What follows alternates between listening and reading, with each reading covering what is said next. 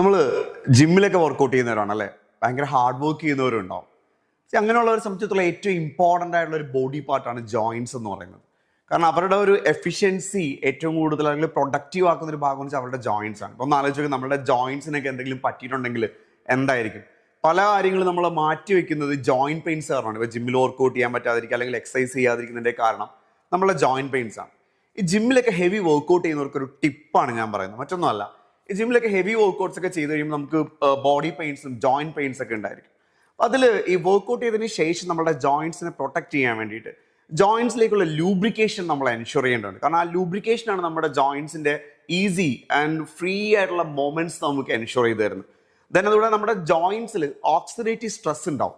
ആ oxidative stress എന്ന് പറയുന്നത് ആന്റി ഓക്സിഡൻസ് കൊണ്ട് മാത്രമേ നമുക്ക് എന്ത് ചെയ്യാൻ പറ്റുള്ളൂ, റിമൂവ് ചെയ്യാൻ പറ്റുള്ളൂ.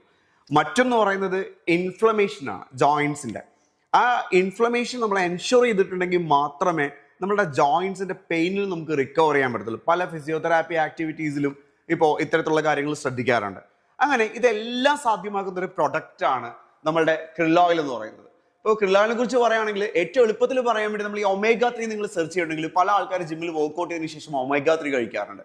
അങ്ങനെ omega-3 ഒരു ബെസ്റ്റ് omega-3 കണ്ടന്റ് ഒക്കെ ശ്രദ്ധിക്കുക അല്ലെങ്കിൽ സെർച്ച് ചെയ്യുന്ന ആൾക്കാരുണ്ടെങ്കിൽ എനിക്ക് നിങ്ങൾക്ക് സജസ്റ്റ് ചെയ്യാനുള്ള ബെസ്റ്റ് പ്രൊഡക്റ്റ് ആണ് krill oil എന്ന് പറയുന്നത്. ഫ്യൂച്ചർവേഴ്സിന്റെ Nutri.365 എന്ന് പറയുന്ന എവറിഡേ വെൽബീങ് എന്ന് പറയുന്ന ഒരു കാറ്റഗറിയിലാണ് ഈ പ്രൊഡക്റ്റ് നമ്മൾ ഇൻട്രൊഡ്യൂസ് ചെയ്തിരിക്കുന്നത്. ഇതിന്റെ ഡീറ്റെയിൽസ് നമുക്ക് അറിയാൻ വേണ്ടിയിട്ട് നമ്മുടെ വോഹോ എന്ന് പറയുന്ന ഒരു പ്ലാറ്റ്ഫോം നിങ്ങൾ സെർച്ച് ചെയ്തിട്ടുണ്ടെങ്കിൽ കാണാൻ സാധിക്കുന്നതായിരിക്കും.